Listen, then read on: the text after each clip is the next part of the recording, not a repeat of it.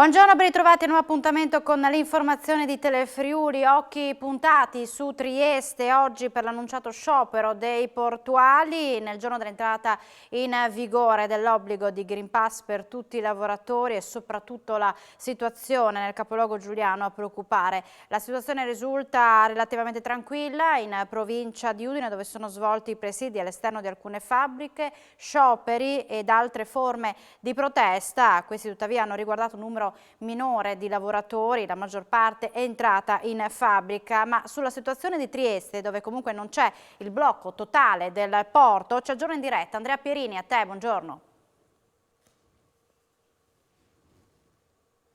Spettatori di Telefriuli, sì, vedete alle mie spalle il fiume di persone, circa 5-7 mila, che stanno presidiando il varco quarto. Il porto tecnicamente non è chiuso perché continua a essere operativo, anche se la maggioranza dei lavoratori che si occupano appunto dell'imbarco e dello sbarco delle navi è in questo momento al varco quarto. Il varco primo invece siamo andati prima a vedere, è assolutamente libero, non ci sono problemi, non ci sono criticità che non ci sono neanche qua, dove ci sono cori, ma insomma nulla di eclatante, una situazione di relax al momento. All'1:30 è prevista una specie di conferenza stampa del portavoce del CLPT, il Coordinamento Lavoratori Portuali di Trieste, che è la sigla, l'unica sigla sindacale che ha deciso di bloccare l'attività del porto. E poi nel pomeriggio si parla del possibile arrivo di movimento Io Apro direttamente addirittura da Roma, ma queste, ripetiamo, sono voci che vanno insomma poi verificate nella realtà. Se non ci sono domande da studio io ti restituirei la linea. Grazie Andrea Pierini per questo collegamento in diretta. Ora ci colleghiamo con Udine, dove il movimento No Green Pass è dato appuntamento questa mattina dalle 11 in Piazzale Chiavari. Sta seguendo il corteo per noi Marco Pasquariello, con il quale ci colleghiamo in diretta. A te la linea, buongiorno. Buongiorno Alexis, nuovamente buongiorno a chi ci segue da casa. Ci siamo spostati, il corteo è arrivato sostanzialmente all'incrocio con via Diaz, via della Vittoria, e praticamente tutto ormai il corteo ha lasciato Viale Volontari. Il camion è molto avanti a noi, lo ricordiamo, il corteo è partito alle 11, 11:30 in realtà, si è radunato alle 11 in Piazzale Chiavari, ha percorso Viale Volontari, è arrivato fino in Piazzale Osopp, adesso si andrà verso Piazza Primo Maggio, da Piazza Primo Maggio attraverso via Manini. In realtà è uno dei punti più pericolosi per questa manifestazione secondo le forze dell'ordine, perché via Manin è molto stretta, in particolare la zona della Porta, poi si infilerà appunto in via Manin e andrà in piazza Libertà, dove è atteso il momento di scambio di opinioni, il momento in cui ci saranno i discorsi, il momento in cui chiunque potrà salire sul camion che guida questa manifestazione e dire la propria al microfono appunto gli altoparlanti che sono installati su questo camion. Non è stato del tutto ben accolto questa manifestazione dalla città di Udine, perché in più occasioni dai terrazzi di Viale Volontari la gente è uscita e ha fischiato, ha fatto addirittura, in un caso una signora anziana ha fatto gesto del vaccino alle persone che la fischiavano da sotto. In un altro terrazzo alcuni hanno tirato acqua sui manifestanti, anche in questo caso i manifestanti hanno fischiato, hanno chiesto che scendessero queste persone, che non sono scese, ovviamente hanno continuato a spruzzare acqua finché il corteo non è passato avanti. Per il momento Alexis ti restituisco la linea, ci risentiremo più tardi a voi la linea. Perfetto, grazie a Marco Pasquariello per questo aggiornamento da Udine. Andiamo a Monfalcone, dove è partita la protesta anche lì dei lavoratori con presidi davanti a Fincantieri al porto. I manifestanti sono poi spostati in centro città, dove incontreranno a breve il sindaco Cisint. Ha preso il via alle 5 di questa mattina la protesta a Monfalcone dei lavoratori contrari al Green Pass, un presidio sorto davanti ai cancelli di Fincantieri Nidec, dove si è radunata una cinquantina di persone in attesa di spostarsi verso piazza Cavour. Nella tarda mattinata poi il corteo attraverso le vie della città dei cantieri per concludersi nell'area del centro storico. In municipio poi l'incontro con il sindaco Anna Maria Cisint. Allo sciopero hanno aderito anche alcuni lavoratori del porto, presente all'ingresso della struttura di via Terme Romane sotto lo sguardo vigile delle forze dell'ordine. Pare De Simoni, presidente dell'associazione Vivere o Sopravvivere, che ha organizzato la manifestazione, spiega le ragioni e rimarca la ferma volontà a non cedere. Le nostre posizioni sono assolutamente in disaccordo con tutto quello che sta succedendo sulla storia del Green Pass. Non siamo assolutamente disposti ad accettare discriminazioni di questo tipo, come stanze sia di Fincantieri, Nidec, ma anche di moltissime altre realtà. parliamo anche di grande distribuzione organizzata, piccole aziende. Sono giorni ormai che ci chiamano e ci contattano anche partite IVA. Noi andremo a oltranza ovviamente fino a che avremo le forze, ci stiamo strutturando al di là dell'associazione Vivere o Sopravvivere, ma ci stiamo strutturando proprio socialmente per instaurare una sorta di mutuo soccorso. Si può dire che questo è un effetto secondario diciamo del coronavirus o della gestione di esso molto positivo secondo me. A Osopo alcuni lavoratori hanno manifestato questa mattina davanti alla Fantoni, chiedono l'abolizione del Green Pass e nemmeno i tamponi pagati dall'azienda farebbero cambiare loro idea. Protesta pacifica questa mattina di una quarantina di lavoratori della Fantoni di Osopo che non sono entrati in fabbrica e si sono ritrovati a inizio turno alle 6 davanti ai cancelli. Si dicono pronti ad entrare in azienda in qualsiasi momento, ma senza il Green Pass. Nemmeno i tamponi gratuiti farebbero cambiare loro idea. Stamattina eravamo d'accordo di trovarci qua assieme a tutti i colleghi che iniziavano il primo turno, quindi tutti quanti qua alle 6. Eravamo all'incirca una trentina, una quarantina di persone,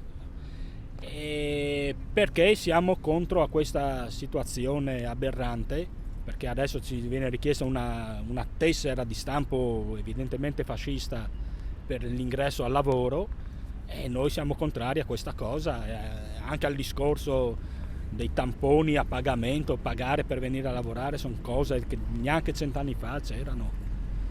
Come avete intenzione di organizzarvi per i prossimi giorni?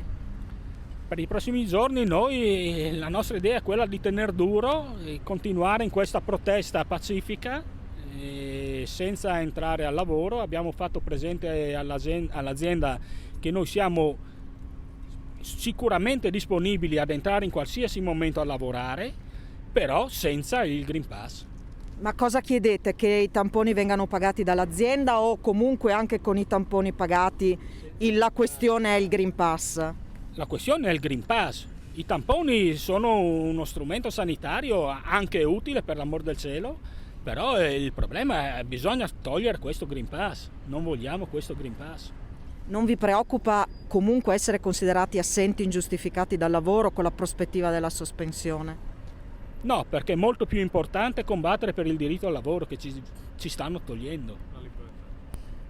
La situazione qui nella zona industriale com'è, per quanto ne sapete? Ho avuto dei contatti con lavoratori dipendenti di Pittini, anche loro oggi hanno fatto una protesta, adesso alcuni di loro sono andati a Monfalcone per aggregarsi al corteo che partirà davanti alla Fincantieri.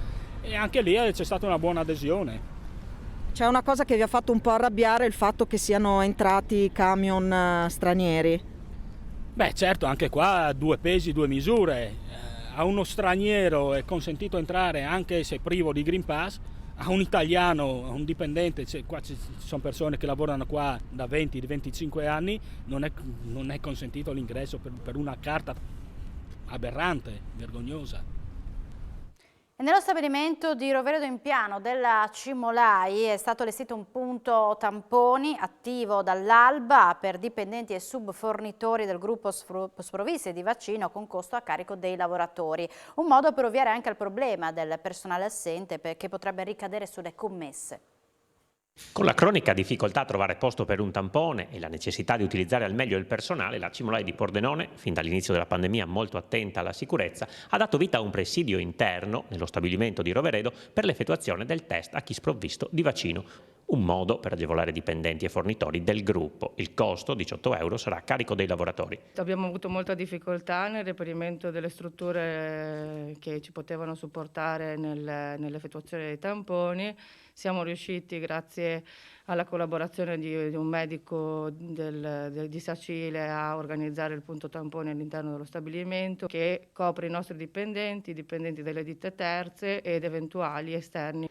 Fin dall'alba sono scattati i controlli. C'è stata qualche difficoltà con qualche autista esterno che viene da paesi esteri in cui il vaccino non è riconosciuto in Italia oppure non ha proprio né vaccino né tampone. Gli abbiamo lasciati fuori dallo stabilimento. La riduzione del personale interno ed esterno, causa mancato Green Pass, potrebbe creare qualche difficoltà all'azienda e anche per questo ha allestito il punto tamponi. Il discorso del Green Pass si sta causando un po' di problemi per certe figure particolari che abbiamo in stabilimento che non sono intercambiabili. Le persone che hanno deciso di vaccinarsi sono non molte, per fortuna, quindi dovremo in qualche modo andare avanti e risolvere il problema, con qualche ritardo sicuramente, però ce la faremo come sempre.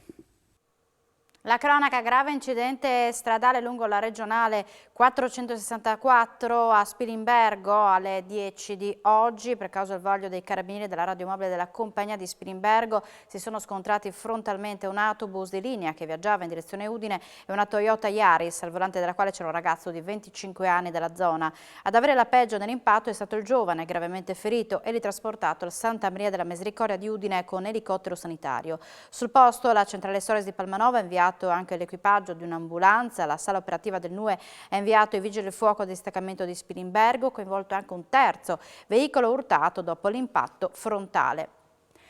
Un intervento di soccorso straordinario è stato condotto ieri sera a Trieste per salvare una donna all'8° mese di gravidanza e il bambino che portava in grembo. La triestina, una donna di 37 anni, era finita improvvisamente in coma.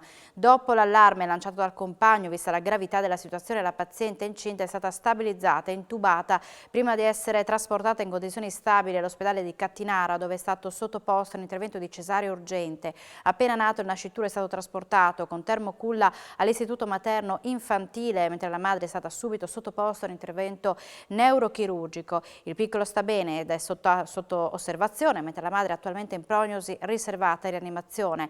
Tra 3 le equip coinvolte per i soccorsi, oltre alla Sores hanno preso parte il 118 di Trieste, l'equipe sanitario di Cattinara e lo staff ostetrico ginecologico dell'ospedale Burlo Garofalo.